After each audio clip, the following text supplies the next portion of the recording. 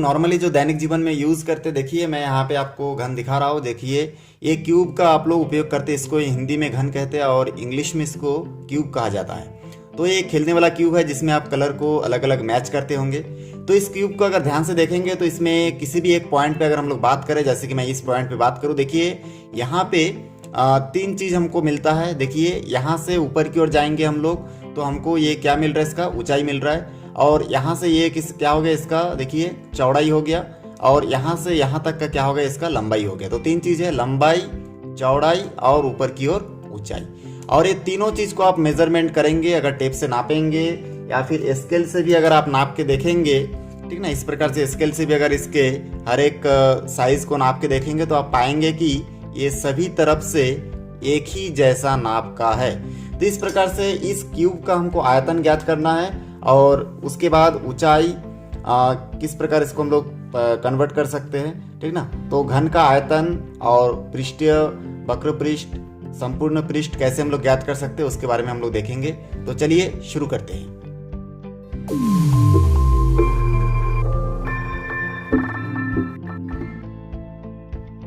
तो सबसे पहले हम लोग जानते हैं, देखिए यहाँ पे घन का आयतन। अब इसमें घन का आयतन क्या है, जब हम लोग प्रश्न को हल करेंगे तो इसकी आवश्यकता पड़ेगा। तो सबसे पहला जो फार्मूला हमको याद रखना है वो है घन का आयतन। अब घन का आयतन हम लोग देखेंगे तो देखिए घन का आयतन बराबर हम लोग लिख सकते हैं, ये देखिए क्यूब, और इस क्यूब में आप देख सकते हैं कि इसमें कुल मिला के हर एक पक्ष में, मतलब हर एक साइड में आप देख सकते हैं कि इसमें कुल मिला के आपका 3 बिंदु से मिलकर बना होता है। देखिए एक, नीचे की 2 और ये 3, हर एक कोने को देखेंगे तो 3 पॉइंट से मिलकर ये बना होता है, मतलब लंबाई, चौड़ाई और ऊंचाई। और इसमें क्योंकि सब एक ही समान होता है तो हम लोग डायरेक्टली इसमें लिख सकते हैं भुजा गुणित भुजा, भी हम लोग इसमें लिख सकते हैं। तो तीनों तरफ है इसलिए हम लोग इसको लिखेंगे भुजा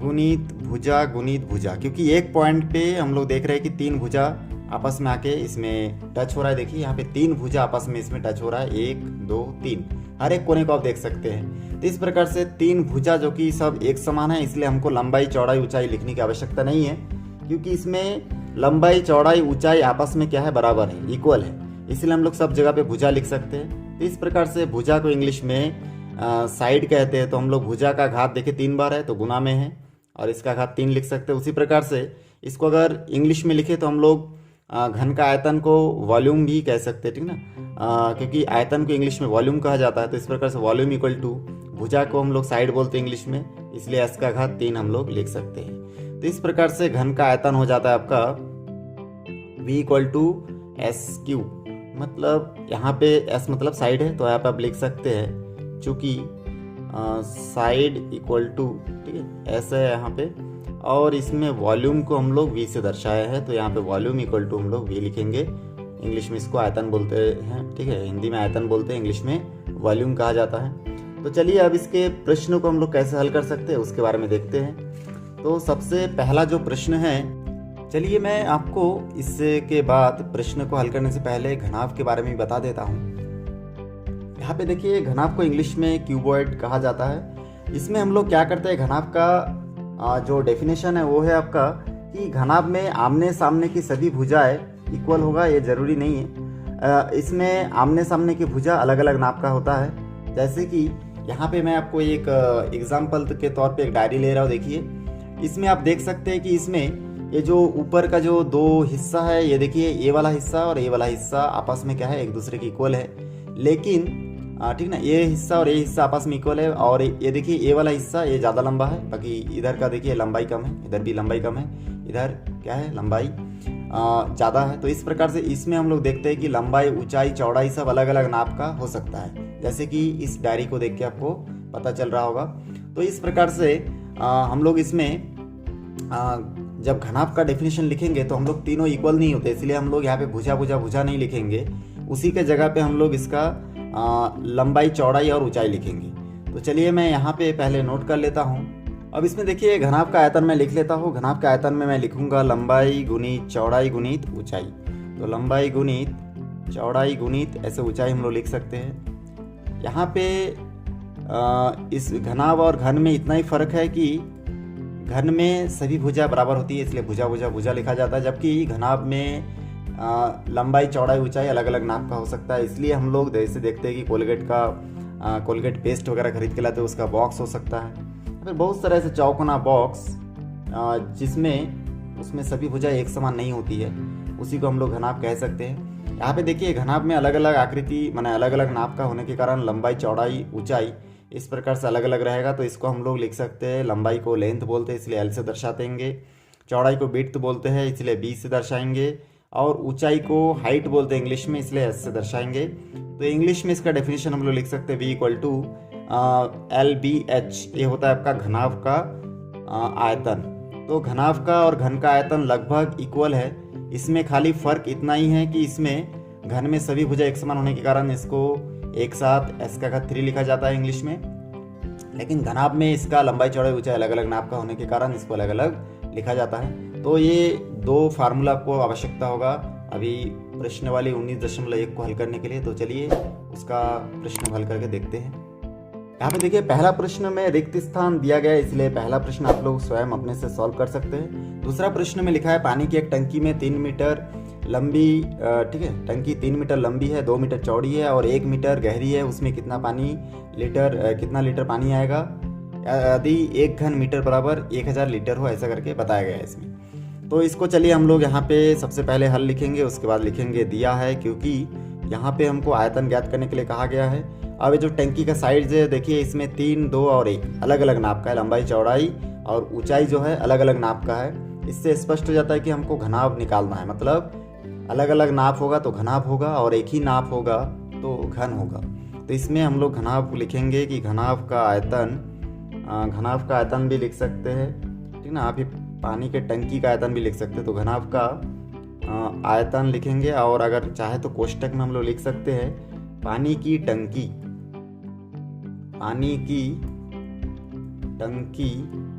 का आयतन जो भी है और बराबर देके हम लोग लिख सकते। देखिए घनाभ का आयतन हम लोग क्या पढ़े थे, इंग्लिश वाला लिख लेता हूँ, लंबाई गुणित चौड़ाई गुणित ऊंचाई। तो इस प्रकार से इसके जगह पे लेंथ के जगह पे लंबाई लिखेंगे 2 मीटर। आप हिंदी में भी लिख सकते हैं लंबाई गुणित चौड़ाई गुणित ऊंचाई, मैं इंग्लिश में लिख दिया हूँ, आप हिंदी में भी लिख सकते हैं। उसके बाद चौड़ाई के जगह पे देखिए इसमें 1 मीटर और ऊंचाई इसमें देखिए लंबाई 3 मीटर लंबी है, 2 मीटर चौड़ी है, 1 मीटर ऊंचाई है, जो भी है 2, 1 और 3, मतलब जो 3 संख्या दिया है 2, 1 और ये 3, ये तीनों को आपस में क्या करना, गुना करना है। ये थोड़ा सा आगे पीछे हो गया है, चलिए मैं इसको मिटा के सही क्रम में लिख लेता हूँ। देखिए यहाँ पे सही क्रम में मैं लिख लिया हूँ। इसको अगर गुना करूँगा मैं तो ये 3 मीटर 2 मीटर और 1 मीटर ये सब क्या होगा, आपस में गुना होगा, तो हो जाएगा आपका 3 दूनी 6 और 6 कम 6, तो 6 मीटर होगा और इसके ऊपर क्यू होगा। या फिर हम लोग लिख सकते हैं 6 घन मीटर। देखिए 3 को घन बोलते हैं और 2 को वर्ग बोलते हैं, आप लोग को याद होगा, घात 3 रहने से घन बोलेंगे और 2 रहने से वर्ग बोलेंगे। तो क्योंकि यहाँ पे 3 जगह पे मीटर था इसलिए मीटर का घात 3 लिखा मैं, और यहाँ पे हो जाएगा घन मीटर, ऐसे भी लिख सकते हैं। इन दोनों को मैं अलग अलग लिखा हूँ, आप दोनों में से कोई एक लिखिएगा, ठीक है, वो सही होगा। तो इसमें से दोनों में से आप कोई भी एक तरीके से इसे लिखेंगे।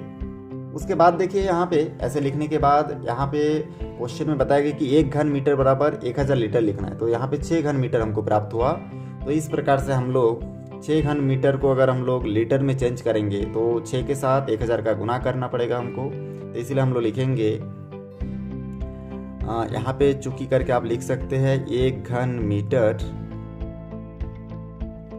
मीटर बराबर 1000 लीटर। तो 6 घन मीटर बराबर आप लोग लिख सकते हैं 6 इंटू 1000 इक्वल टू, ठीक है, 1 घन मीटर का 1000 लीटर होता है, 2 घन का 2000, 3 घन का 3000।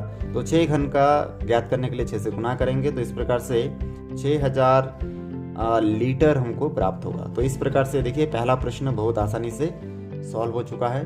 चलिए दूसरा प्रश्न के बाद तीसरा प्रश्न देखते हैं। यहाँ पे देखिए लिखा है डिब्बे का, चाय के डिब्बे की लंबाई 10 सेंटीमीटर, चौड़ाई 7 सेंटीमीटर, ऊंचाई 4 सेंटीमीटर। तो डिब्बे का आयतन ज्ञात कीजिए। बहुत आसान है, दिया है, लिखना है आपको, क्योंकि यहाँ पे अलग अलग नाप है इसलिए हम लोग जानते हैं डिब्बे का, ठीक है, यहाँ पे मैं नोट करूँगा डिब्बे का आयतन, और उसके बाद यहाँ पे डायरेक्ट इसका लंबाई, चौड़ाई और ऊंचाई हम लोग लिखेंगे, क्योंकि डिब्बा का नाप अलग अलग है इसलिए ये घन का सूत्र यूज़ होगा। तो हम लोग हिंदी में भी लिख सकते हैं, इंग्लिश में भी लिख सकते हैं। तो मैं यहाँ पे देखिए अभी हिंदी में लिख रहा हूँ, ठीक ना, लंबाई गुणित चौड़ाई गुणित ऊंचाई। तो ऐसा लिखने के बाद आपको क्या करना है, इसका मान आपको बिठा देना है। यहाँ पे लंबाई की जगह पे देखिए 10 होगा और चौड़ाई की जगह पे 7 होगा, ऊंचाई की जगह पे 4 सेंटीमीटर दिया है तो 4 होगा। इसको सब सेंटीमीटर में है, तो इस प्रकार से 10, 7 और 4 को अगर गुना करेंगे हम लोग तो यहाँ से हमको प्राप्त होगा 280। देखिए 7 10 के 70 और 70 चौके 280 हमको प्राप्त होगा। तो इस प्रकार से 280, और क्योंकि सब सेंटीमीटर में था तो घन सेंटीमीटर हम लोग लिखेंगे, क्योंकि 3 बार है इसलिए घन सेंटीमीटर लिखेंगे, या फिर सेंटीमीटर लिख के उसके घात 3 भी हम लोग लिख सकते हैं। तो इस प्रकार से हमारा दूसरा के बाद तीसरा प्रश्न भी समाप्त होता है। बहुत आसान है, आप अपने से एक बार ट्राई करेंगे तो निश्चित रूप से बना लेंगे। तो चलिए इसके बाद मैं चौथा प्रश्न आपको बताऊंगा। चौथा प्रश्न में लिखा है, चौक की एक छोटी पेटी की लंबाई 15 सेंटीमीटर, चौड़ाई 10 सेंटीमीटर और ऊंचाई 8 सेंटीमीटर हो तो उसका आयतन क्या होगा। तो इसके लिए मैं यहाँ पे लिखूंगा पेटी, यहाँ पे डायरेक्ट लिख सकते हो पेटी का आयतन। तो यहाँ पे सबसे पहले हल लिख लीजिए, और आप चाहे तो यहाँ पे लिख सकते हैं दिया है, ये भी आपको लिखना चाहिए। और जो दिया है उसको आप लिख सकते हैं कि यहाँ पे देखिए जैसे कि लंबाई दिया है आपका कितना 15 सेंटीमीटर, ऐसा आप लिख सकते हैं 15 सेंटीमीटर। चौड़ाई आपको दिया है 10 सेंटीमीटर, तो आप लिख लीजिए चौड़ाई बराबर 10 सेंटीमीटर। और ऊंचाई दिया है 8 सेंटीमीटर, तो यहाँ पे आप नोट कर सकते हैं ऊंचाई बराबर 8 सेंटीमीटर, ऐसे नोट कर सकते हैं। और इसमें बताइए ये जो पेटी है इसके आयतन ज्ञात करने बोले हैं, तो हम लोग लिखेंगे पेटी का आयतन। ऐसे सभी प्रश्नों में आप लंबाई चौड़ाई को दिया है के बाद नोट कर सकते हैं। तो पेटी का आयतन लिखने के बाद हम लोग जानते हैं कि ये अलग अलग नाप का है तो घनाप का सूत्र यूज़ होगा। तो लंबाई गुणित चौड़ाई गुणित ऊंचाई हम लोग नोट कर लेंगे, और उसके बाद यहाँ पे देख देख के इसका जो संख्या, जो मान इसमें दिया गया है प्रश्न में, उसको देख देख के नोट करेंगे। तो यहाँ से देखिए हम लोग देख रहे हैं कि लंबाई कितना है इसमें 15 सेंटीमीटर, चौड़ाई कितना है 10 सेंटीमीटर, तो 10 सेंटीमीटर चौड़ाई की सीधा में बिठाइए। ऊंचाई कितना है 8, तो 8 लिखिए। अब 15, 10 और 8 को अगर आपस में हम लोग मल्टीप्लाई करेंगे तो 15, 10 के देखिए यहाँ पे 150 होगा, 150 8 के यहाँ पे हमको प्राप्त होगा 1200। तो इस प्रकार से मैं यहाँ पे लिखूँगा 1200। और क्योंकि ये सब देखिए यहाँ पे सेंटीमीटर में है और 3 बार है सेंटीमीटर, यहाँ पे भी 1 सेंटीमीटर है, फिर 10 सेंटीमीटर, फिर 8 सेंटीमीटर, तो 3 जगह सेंटीमीटर होने के कारण इसको लिखेंगे घन सेंटीमीटर। अगर ये 2 जगह पे रहता तो मैं यहाँ पे लिखता वर्ग सेंटीमीटर। तो इस प्रकार से ये हमारा आंसर आ जाता है चौथा का। चलिए इसके बाद पांचवा प्रश्न देखेंगे। दोस्तों पांचवा प्रश्न में कुल 10 प्रश्न दिया गया है, बहुत आसान है, तीनों को आपस में आपको गुना करना है और आंसर प्राप्त हो जाएगा। उसमें कोई दिक्कत होने से आप मेरे को कमेंट सेक्शन में जाकर बता सकते हैं, मैं इसको बाद में नेक्स्ट वीडियो में सॉल्व करके बताऊंगा।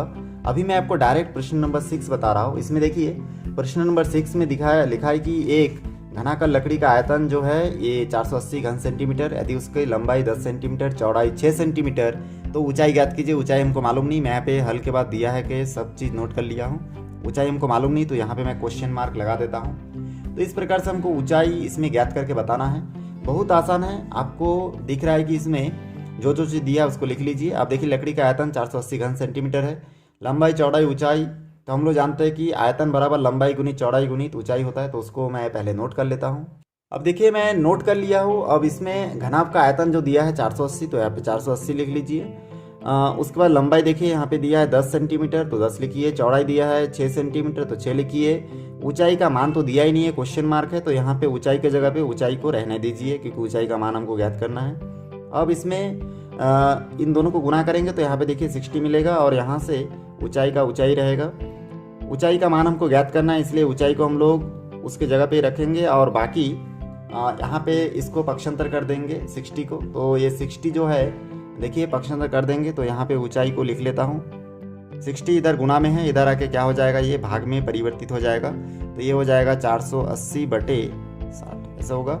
0 0 कट जाएगा, और 6 के साथ 48 को भी भाग देंगे तो हमको कितना प्राप्त होगा, 6 8 48, मतलब इसको काटने से हमको 8 प्राप्त होगा। तो इस प्रकार से आप देख सकते बहुत आसानी से 0 0 कट गया, 6 के साथ 48 को भाग दिया 6 से, तो 8 प्राप्त हुआ।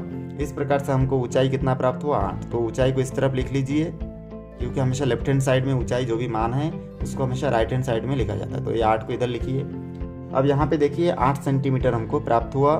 क्योंकि इसमें जो लंबाई चौड़ाई ऊंचाई है ये सब सेंटीमीटर में है, इसलिए हम लोग इसको 8 सेंटीमीटर इस प्रकार से नोट कर दिए, ठीक ना। तो इस प्रकार से ऊंचाई हमको बहुत आसानी से प्राप्त हो गया। चलिए इसके बाद 7वां नंबर प्रश्न देखते हैं। तो यहाँ पे देखिए ये जो 7वां नंबर प्रश्न है इसमें लिखा है एक घनाकार टुकड़े की एक भुजा 25 सेंटीमीटर, उसमें 5 सेंटीमीटर लंबाई के कितने घनाकार टुकड़े काटे जा सकते हैं। तो सबसे पहले हमको इसमें दो अलग अलग नाप दिया गया है और दोनों ही घनाकार है। उसमें से पहला 5 सेंटीमीटर लंबाई के कितने घनाकार टुकड़े काट सकते हैं उसको हमको देखना है। तो सबसे पहले हम लोग देखिए जो दिया है उसको मैंने नोट कर लिया हो, यानी कि एक भुजा 25 सेंटीमीटर दिया है तो इसका आयतन निकाल लेते पहले, क्योंकि 25 सेंटीमीटर एक भुजा का नाप है तो इसका आयतन निकाल लेते हैं। तो हम लोग यहाँ पे लिखेंगे घन का आयतन बराबर हम लोग लिख सकते घन का आयतन बराबर हम लोग जानते हैं कि भुजा का घात 3 होता है हिंदी में और इंग्लिश में s का घात 3 होता है। तो चलिए हिंदी में लिख लेता हूँ मैं भुजा का घात 3।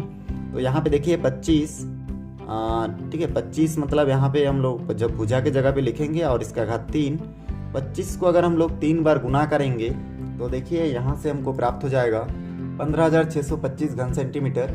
और इसी प्रकार से इसको हम लोग मान लेते हैं समीकरण 1। अब देखिए यहाँ पे 5 सेंटीमीटर का जो घन के टुकड़े हमको बनाने हैं तो इसके लिए हम लोग सबसे पहले 5 सेंटीमीटर घन के आयतन का इसका भी हम लोग आयतन निकाल लेते हैं। तो चलिए नोट कर लेता हूँ मैं। तो यहाँ पे देखिए मैं 5 सेंटीमीटर लंबाई का घन के आयतन लिखा और भुजा का घात 3 होगा, क्योंकि घन का जितना भी घन होता है सभी घन का एक ही सूत्र है, उसमें हम लोग 5 का घात 3 लिखेंगे। यहाँ से हमको प्राप्त होगा 125 घन सेंटीमीटर। अब इसमें जो 25 घन सेंटीमीटर था उसका आयतन हमको 15,625 घन सेंटीमीटर प्राप्त हुआ और 5 सेंटीमीटर लंबाई का घन का आयतन हमको प्राप्त हुआ 125 घन सेंटीमीटर। इसको मान लेते समीकरण 2। अब 25 का जो आयतन प्राप्त हुआ था वो हमको प्राप्त हुआ देखिए यहाँ पे 15,625। इसको काट के हमको 5 सेंटीमीटर लंबाई के आयतन बनाना है तो इसलिए हम लोग 5 का भी आयतन निकाल लिए। अब इन दोनों को आपस में भाग देंगे तो हमको पता चल जाएगा कि कितने टुकड़े आपस में बन सकते हैं, क्योंकि किसी भी चीज़ को संख्या ज्ञात करने के लिए हमेशा हम लोग क्या करते हैं उसको भाग देते हैं। तो देखिए इस प्रकार से समीकरण 1 और 2 को मैं भाग दूंगा और हमको पता चल जाएगा कि कितना टुकड़ा इसमें बनेगा।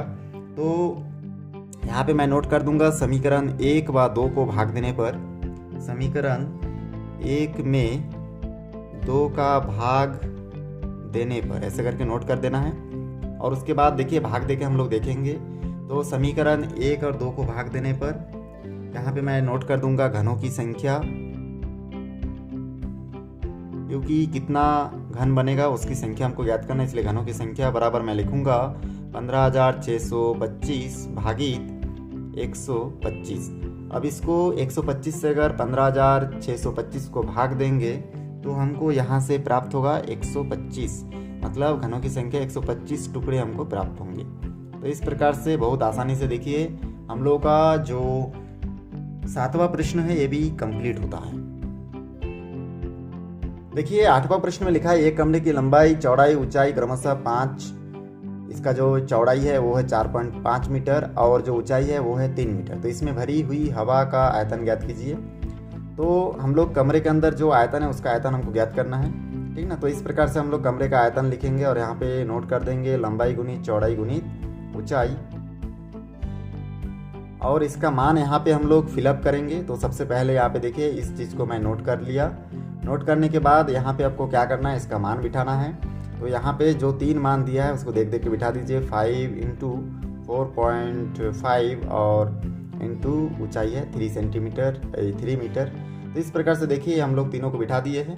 इसको अगर आपस में मैं मल्टीप्लाई करके देखूंगा तो यहाँ से हमको प्राप्त हो जाएगा, देखिए 5 × 15 प्राप्त होगा, 15 × 4.5, ठीक ना। अब इसको दोनों को आपस में अगर मैं मल्टीप्लाई करूँगा तो मेरे को प्राप्त होगा 67.5, क्योंकि ये सब मीटर में है तो इसलिए मैं यहाँ पे 3 जगह मीटर होने के कारण घन मीटर लिखूँगा। तो ये हमारा 8वां प्रश्न भी बहुत आसानी से सॉल्व हो जाता है। दोस्तों इसके बाकी प्रश्न को मैं इसके सेकेंड भाग में सॉल्व करके बताऊँगा। तो आप इस पूरे क्वेश्चन को अच्छे से देखते रहिए और सॉल्व करते रहिए। दोस्तों वीडियो अच्छा लगे तो लाइक करें, शेयर करें, सब्सक्राइब करें और बेल आइकन को भी प्रेस करें ताकि जब भी मैं कोई नया वीडियो बनाऊं तो उसका नया अपडेट सबसे पहले आप तक पहुंचे। धन्यवाद।